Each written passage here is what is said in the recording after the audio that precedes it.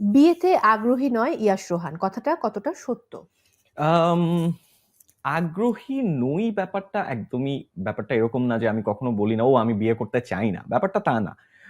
ব্যাপারটা হচ্ছে হলো গিয়ে যে বিয়ে করব কিন্তু বিয়ে করতেই হবে এবং মানে এখনই করে ফেলতে হবে এইটার সাথে আমি এমনটা না। এমনটা না। হ্যাঁ, হয়তো সামনে হলে হবে, না হলে না হবে।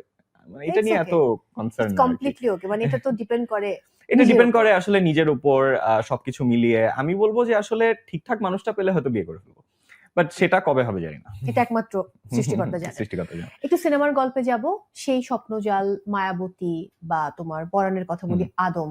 এবং তারপরে গিয়ে কিন্তু আমরা একটা গ্যাপ পাচ্ছি তোমার হুম, হুম, সিনেমাতে। হুম, তো হুম। এটা কি স্ক্রিপ্টের সঙ্গে সামঞ্জস্য হচ্ছে না বলেই কি এরকম একটা গ্যাপ?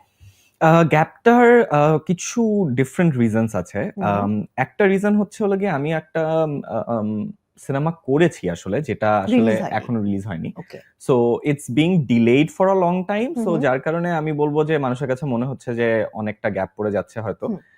আর আরো কিছু ফ্যাক্টরস যেমন হ্যাঁ, ডেফিনিটলি ব্যাটে বলে মিলছে না আসলে। হুম, যেটা হুম। হচ্ছে যে ক্যারেক্টার পছন্দ হলে হয়তো গল্প পছন্দ হচ্ছে না। হ্যাঁ। গল্প পছন্দ হলে হয়তো আমি যে ক্যারেক্টারটা করতে চাচ্ছি, সেই ক্যারেক্টারটা আমাকে অফার করা হচ্ছে না।